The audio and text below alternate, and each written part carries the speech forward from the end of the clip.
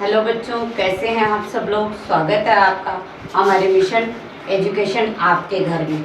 आज हम राज्यपाल की शक्तियों के बारे में पढ़ेंगे। राज्यपाल का राज्य में वही स्थान है जो केंद्र में राष्ट्रपति का है। तो संघात्मक शासन में जो राष्ट्रपति का स्थान है वही स्थान राज्य में राज्यपाल का है। राष्ट्रपति की तरह ही राज्यपाल है वो संवैधानिक अध्यक्ष है और राज्यपाल संवैधानिक अध्यक्ष है, संविधान का संरक्षक है, राष्ट्रपति का राज्य में प्रतिनिधि है, केंद्र सरकार का प्रतिनिधि है। तो इस राज्य के मुख्य व्यक्ति, राज्य के प्रथम नागरिक को संविधान द्वारा कौन कौन सी शक्तियां दी गई है, आज हम उनकी चर्चा करेंगे। संविधान की शक्तियों में, संविधान द्वारा राज्यपाल को प्रदत्त शक्तियों में सबसे प्रथम शक्ति है कार्यपालिका शक्ति। क्योंकि कल आपको पढ़ाया था राज्यपाल है वो कार्यकारी अध्यक्ष है, कार्यपालिका का अध्यक्ष है, अस्थायी कार्यपालिका का अध्यक्ष है। अनुच्छेद 154 में क्या लिखा हुआ है कि राज्य की समस्त कार्यपालिका शक्ति राज्यपाल में निहित होगी। राज्य की समस्त कार्यपालिका शक्तियां वो राज्यपाल में निहित होगी और वह इसका प्रयोग संविधान के अनुसार या तो स्वयं या अपने अधीनस्थ अधिकारियों द्वारा करेगा। ऐसा अनुच्छेद 154 में उल्लेखित है। या तो वह स्वयं करेगा अथवा अपने अधीनस्थ पदाधिकारियों द्वारा। अनुच्छेद 166 में लिखा हुआ है कि राज्य के समस्त कार्य उसके नाम से होंगे। चाहे वो स्वयं कार्य करे, चाहे उसके अधीनस्थ अधिकारी काम करे, समस्त कार्य है वो राज्यपाल के नाम से होंगे। अनुच्छेद 163 में ये लिखा हुआ है कि राज्यपाल को प्रशासनिक कार्य में सहायता और परामर्श देने के लिए एक मंत्री परिषद होगी और उसका अध्यक्ष है वो मुख्यमंत्री होगा। यानी राज्यपाल है वो सभी कार्य अपनी स्वयं की इच्छा से न करके वह मंत्री परिषद की सहायता और परामर्श से करेगा। और इनका जो मुख्य है, मंत्री परिषद का जो अध्यक्ष है वो कौन होगा? मुख्यमंत्री। अनुच्छेद 164 में ये लिखा हुआ है कि राज्यपाल मुख्यमंत्री को नियुक्त करता है और मुख्यमंत्री के परामर्श से वह अन्य मंत्रियों की नियुक्ति करता है। यानी राज्यपाल है वो मुख्यमंत्री को नियुक्त करता है, पर मंत्रियों की जो सूची है वो मुख्यमंत्री द्वारा उपलब्ध कराई जाती है और उसी सूची को राज्यपाल है वो मंत्रियों के रूप में नियुक्त कर देता है। लेकिन नियुक्ति मुख्यमंत्री के परामर्श से, लेकिन विभागों का जो बंटवारा है वो राज्यपाल अपनी इच्छा से करता है। अब मंत्री परिषद के जो सदस्य हैं वो राज्यपाल के प्रसाद पर्यंत ही अपने पद पर बने रहेंगे। यानी जब मंत्री परिषद है वो अपना अविश्वास पारित हो जाता है मंत्री परिषद के खिलाफ, या वो अपना विश्वास खो देती है विधानमंडल में, तो तुरंत ही उन्हें मुख्यमंत्री सहित त्याग पत्र देना होगा। अब राज्यपाल को सभी कार्यों के संबंध में सूचना प्राप्त करने का महत्वपूर्ण अधिकार प्राप्त है। तो राज्य प्रशासन के सभी मामलों में, तो कोई भी ऐसा मामला नहीं है जो राज्य सूची का विषय है, राज्य प्रशासन का मामला है, उन सभी मामलों में सूचना प्राप्त करने का अधिकार राज्यपाल को है। क्योंकि राज्य की समस्त सूचनाएं हैं वो मंत्री परिषद और राज्यपाल को, राष्ट्रपति को देनी होती है। अब राज्यपाल को कार्यकारी शक्तियों में, कार्यपालिका संबंधी शक्तियों में नियुक्ति संबंधी महत्वपूर्ण अधिकार प्राप्त है। राज्यपाल बहुत सारे महत्वपूर्ण पदों पर नियुक्ति करता है। सबसे पहले वो एडवोकेट जनरल, जैसे केंद्र में महान्यायवादी होते हैं वैसे ही जो राज्य में है वो एडवोकेट जनरल की नियुक्ति करता है। राज्य लोक सेवा आयोग के अध्यक्ष और सदस्यों की नियुक्ति राज्यपाल द्वारा की जाती है। जैसे राजस्थान में आरपीएससी है, उनके अध्यक्ष और सदस्यों की नियुक्ति कौन करेगा?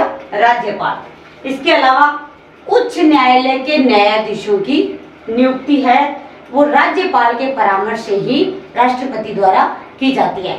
वास्तव में उच्च न्यायालय के मुख्य न्यायाधीश और अन्य न्यायाधीशों की नियुक्ति है वो राष्ट्रपति करता है, लेकिन किसकी परामर्श से? राज्यपाल। राज्यपाल प्राय जो सूची सौंपते हैं वही सूची फाइनल कर दी जाती है उच्च न्यायालय के परामर्श से।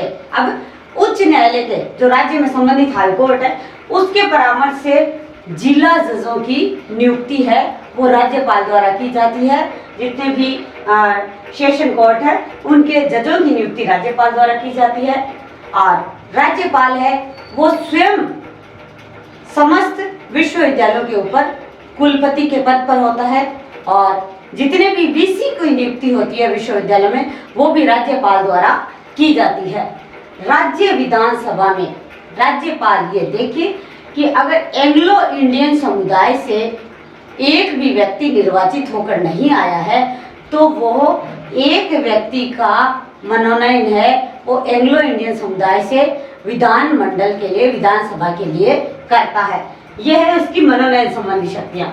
और जहाँ जिन राज्यों में विधान परिषद है जिन विधान मंडलों में विधान परिषद है उन विधान परिषदों में 1/6 सदस्यों का मनोनयन है वो राज्यपाल द्वारा किया जाता है। क्योंकि विधान परिषदों के सदस्यों की संख्या निश्चित नहीं है, सभी राज्यों में अलग अलग है, तो संविधान में ऐसा उल्लेखित किया गया है कि उस संबंधित राज्य की विधान परिषद की कुल सदस्य संख्या का 6% है, 1/6वां भाग है वो राज्यपाल द्वारा मनोनीत किया जाएगा। और ये मनोनयन किसका होगा? जो शिक्षा, साहित्य, समाज सेवा, विज्ञान और कला के क्षेत्र में अपने अपने क्षेत्र में विशिष्ट योग्यता रखते हैं उन्हीं व्यक्तियों का मनोनयन है वो विधान परिषद के लिए किया जाता है। ये राज्यपाल की कार्यपालिका संबंधी शक्तियां हुई। अब हम राज्यपाल की न्यायिक शक्तियों की चर्चा करेंगे। जैसे राष्ट्रपति को न्यायिक शक्तियां प्राप्त है वैसी तो नहीं, लेकिन फिर भी राज्यपाल को भी न्यायिक शक्तियां दी गई है। जो सबसे महत्वपूर्ण न्यायिक शक्ति है अनुच्छेद 161 के अनुसार, ध्यान से पढ़िए, अनुच्छेद 161 के अनुसार ये लिखा हुआ है संविधान में कि जिन विषयों पर राज्य की कार्यपालिका शक्ति का विस्तार होता है, जिन विषयों पर यानी उस राज्य की राज्य सूची के विषयों पर ही कार्यपालिका शक्ति का विस्तार होता है, उन विषयों संबंधित किसी विधि के विरुद्ध अपराध को कम करना है वो राज्यपाल के पास अधिकार है।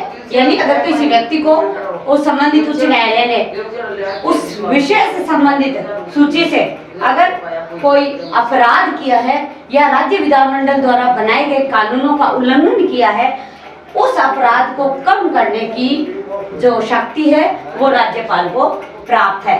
इसके अलावा उच्च न्यायालय के मुख्य न्यायाधीश की नियुक्ति और अन्य न्यायाधीशों की नियुक्ति है वास्तव में राष्ट्रपति द्वारा की जाती है, लेकिन व्यवहार में राष्ट्रपति है वो राज्यपाल के परामर्श से ही संबंधित राज्य के उच्च न्यायालय में मुख्य न्यायाधीश और अन्य न्यायाधीशों की नियुक्ति करता है। इसके अलावा जिला न्यायाधीशों की नियुक्ति का पावर भी राज्यपाल के पास सुरक्षित है। और सबसे महत्वपूर्ण जो अधिकार राज्यपाल को प्राप्त है कि राज्यपाल पर अगर कोई दोष आरोपित हो जाए उनकी पदावधि के समय, तब भी उन पर किसी भी तरह का अभियोग नहीं चलाया जा सकता। ये है राज्यपाल की न्यायिक शक्तियाँ। आपको राज्यपाल पद की शक्तियाँ समझने के लिए राष्ट्रपति पद की शक्तियों को समझना अनिवार्य है। तो आप मेरी प्लेलिस्ट में जाइए, उससे पहले राष्ट्रपति का अध्ययन कीजिए, क्योंकि राष्ट्रपति प्रधानमंत्री जो संघ सरकार में या केंद्र सरकार में जो भूमिका है वही भूमिका संबंधित राज्य की राज्य सरकार में राज्यपाल और मुख्यमंत्री की है। तो बिल्कुल समान शक्तियां दी गई है, बस थोड़ा थोड़ा अंतर है। वैसे राष्ट्रपति को है न्यायिक शक्तियों में क्षमादान की जो शक्ति प्राप्त है, किसी भी दंड में, मृत्युदंड में क्षमा की, वो शक्ति राज्यपाल को नहीं है। लेकिन फिर भी संबंधित राज्य की राज्य सूची के विषयों में जो भी कोई अपराध किया जाता है उन अपराधों को वो कम अवश्य कर सकता है। तो आज आपने राज्यपाल की कार्यपालिका और न्यायिक शक्तियों का अध्ययन किया।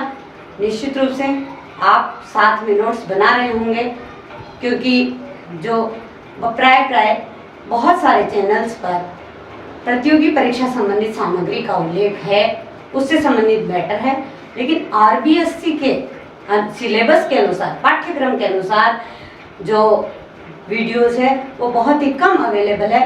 तो हमारी कोशिश यही है कि आरबीएससी के अनुसार सारे विषय है वो आपको समझाया जाए और न केवल आपकी कक्षा 12 की पाठ्य सामग्री में वो काम आए, बल्कि वीडियो को इस तरह से टॉपिक को समझाया जाता है कि वो आपके आने वाले जीवन में जो प्रतियोगी परीक्षाएं हैं उनसे संबंधित प्रश्न भी इसी समय तैयार होते हैं। घर रहिए, सुरक्षित रहिए। कल से हमने मुहिम छेड़ी है, एक टॉपिक एक पौधा, तो सभी संकल्प करें और एक पौधरोपण का संकल्प ले और न केवल पौधरोपण करें बल्कि उसकी सुरक्षा करें, उसे पालन पोषण करें जैसे एक छोटे बच्चे का पालन पोषण किया जाता है। धन्यवाद। घर रहिए, सुरक्षित रहिए, हंसते रहिए, मुस्कुराते रहिए।